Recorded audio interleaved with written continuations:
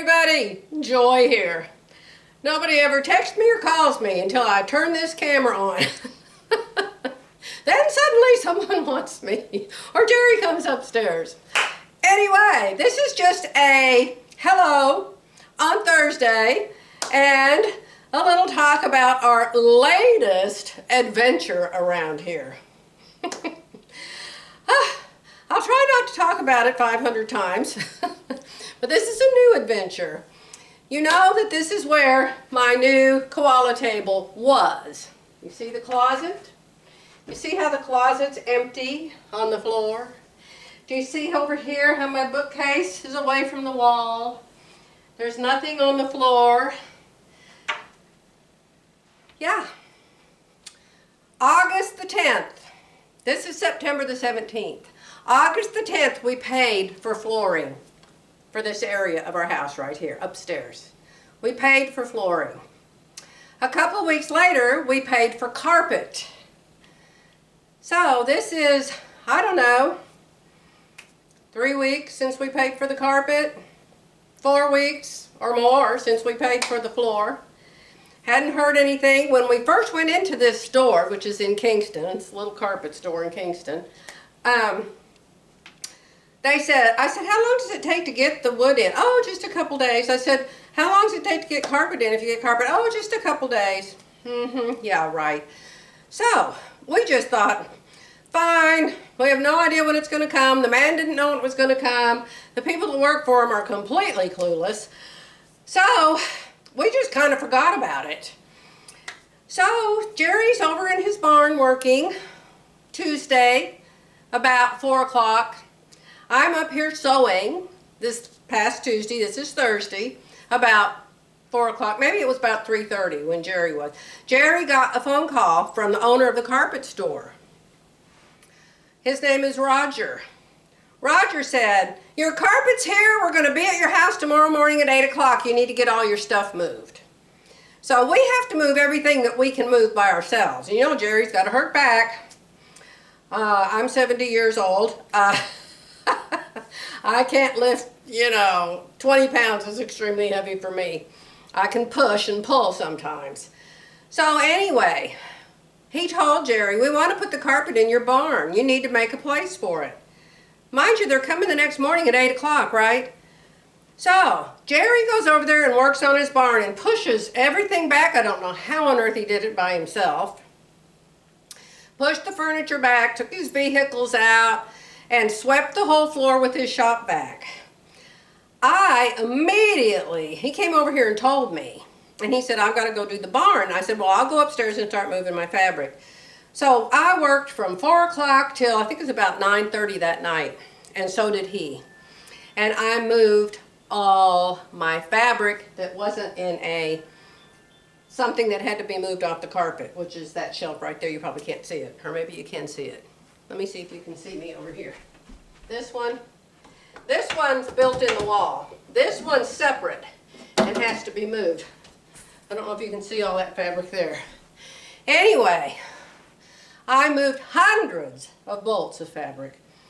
Lifted them and moved them. Lifted them. I packed 4, 5, 6 big moving boxes full of fabric. I put the rest of the fabric on any surface I could find to put it on. I moved coffee tables, I moved lamps, I moved knickknacks, I moved everything that I could possibly move myself. Jerry came up later. No, then I went over to the barn and I told Jerry we needed to mop the floor. So I got 2 old mops, a bucket of water, and we mopped the garage floor. Then he came up here to disconnect. I'll show you. Let me turn the camera. Over there, under that big screen, that's his big screen movie thing, and that little wooden thing, Jerry took a big cabinet and cut it down to fit underneath that movie screen, and it was absolutely packed with boxes, things that you put DVDs in, and an amplifier and speakers, and I don't even know what all. And that's his gym thing, and we didn't get it moved yet. But anyway, we had to move all this stuff. That bathroom there is just full. The shower in that bathroom, let me show you. Let me just show you. A picture is worth a gazillion words. Let me just show you my little bathroom up here. Bibles, a lamp, a quilt rack, my little sewing cart, and my shower. This is the shower we actually have been using. There are a whole bunch of fabric bolts and a whole bunch of quilts. You can't see the quilts very good because I've got that bath bench on them. All of these little boxes I bought for the IKEA shelves. Can you see down there all those quilts? I can't see. I'll look at it later. Okay, so this bathroom's unusable. But we thought, oh, you know, this won't be a problem. They'll be here in the morning. This won't be a problem. So, in here, this is where I had all that fabric. I had to move all the fabric. Over here, this is another one of those bookshelves. Jerry's unhooked it from the wall. I had to move all that fabric. That's a little bit of it over there under that window. That's another built-in bookshelf, so that fabric didn't have to move. They're supposed to move the heavy furniture. These carpet people, okay? So, look at my sewing room. It's just awful, you guys. Awful.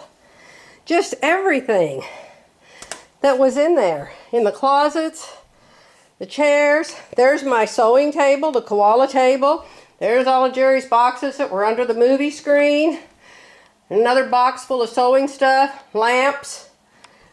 Over here, I've got all of those cardboard boxes, at least there's 6 of them, maybe more, are full of fabric. Then there's fabric on top of the boxes.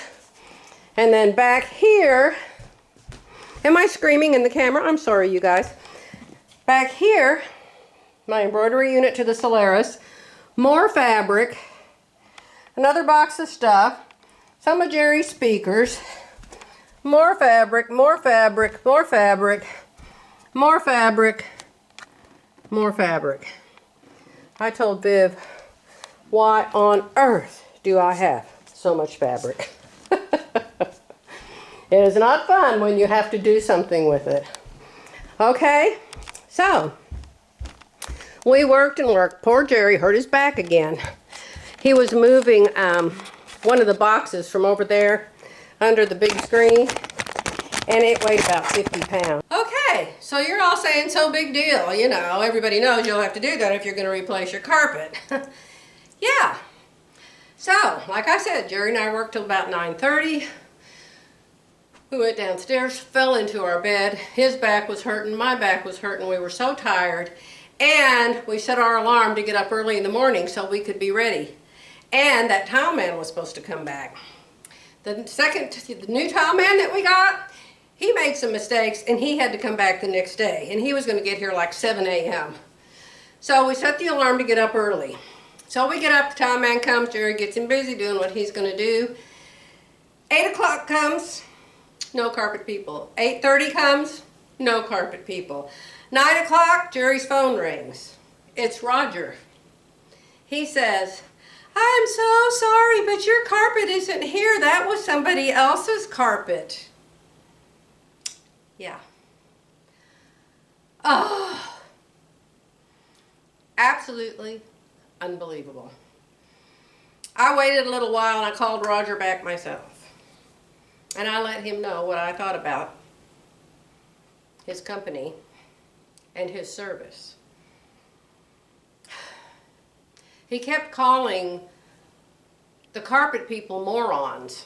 The carpet people in Georgia that were supposedly have sent our carpet. It's just unbelievable that he got, number one, he ordered at least 2 full rolls of carpet because we're doing our entire house. He only had gotten 1 roll in.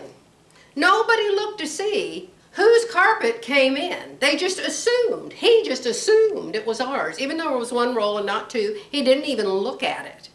The next morning, he loaded the truck with the carpet to send it to our house, and the guy that was going to lay the carpet looked at the carpet.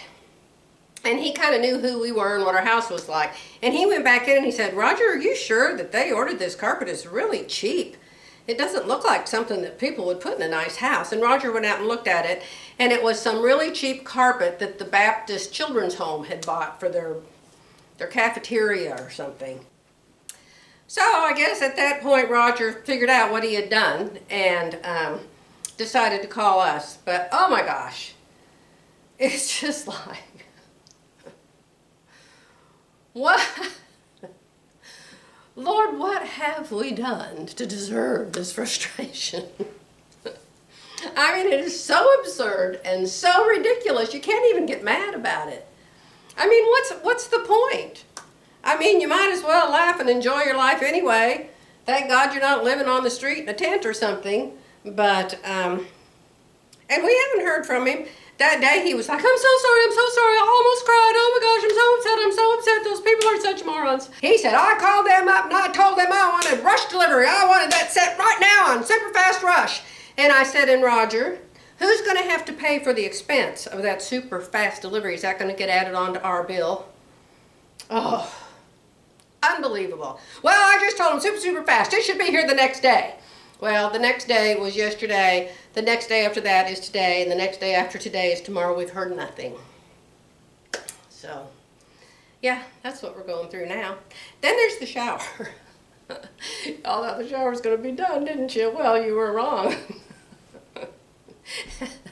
And not only that, the hot water tank that goes to the shower in our bathroom is downstairs in the garage. There is another hot water tank in this house that's going on 22 years old in November. It has been here since we built the house, and it's in a closet in one of the, used to be my granddaughter's room.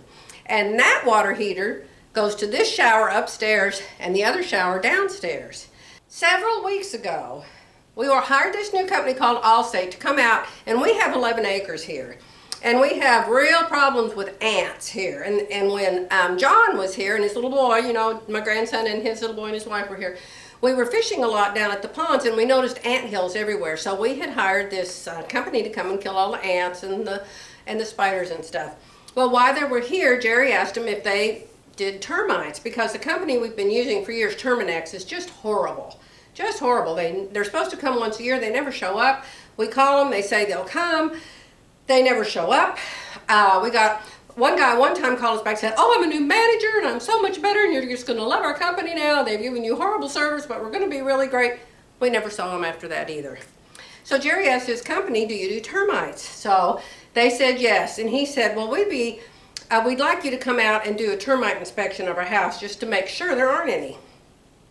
And then we want you to treat it, because they have something they squirt in the ground that's supposed to last 20 years. So, they came out yesterday. Yesterday. Now remember, we don't have a shower yet. The tile man came, this new tile person, and he wasn't that much better than the first one. But he did get it done, but it has no shower head and no faucet yet.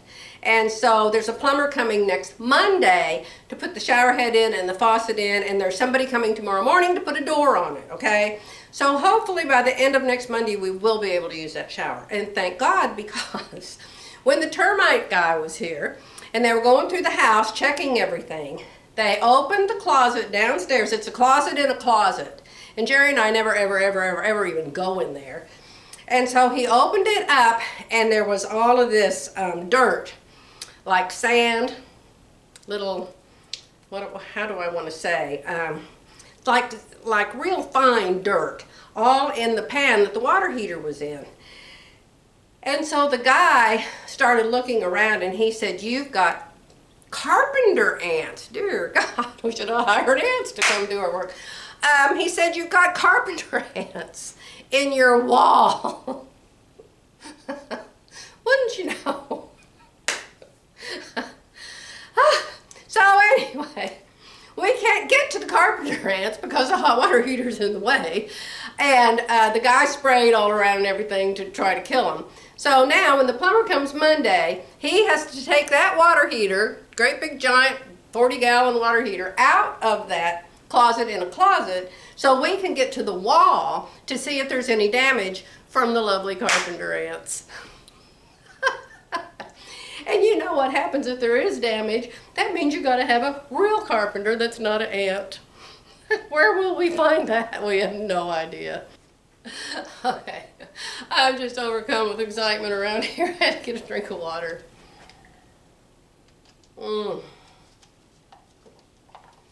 Anyway, that's what I'm doing. Oh, I made the 4th joy top. You want me to tell you about the 4th joy top? Hold on, let me go get it after I get another sipper. All right, you know the joy top has embroidery on it, right?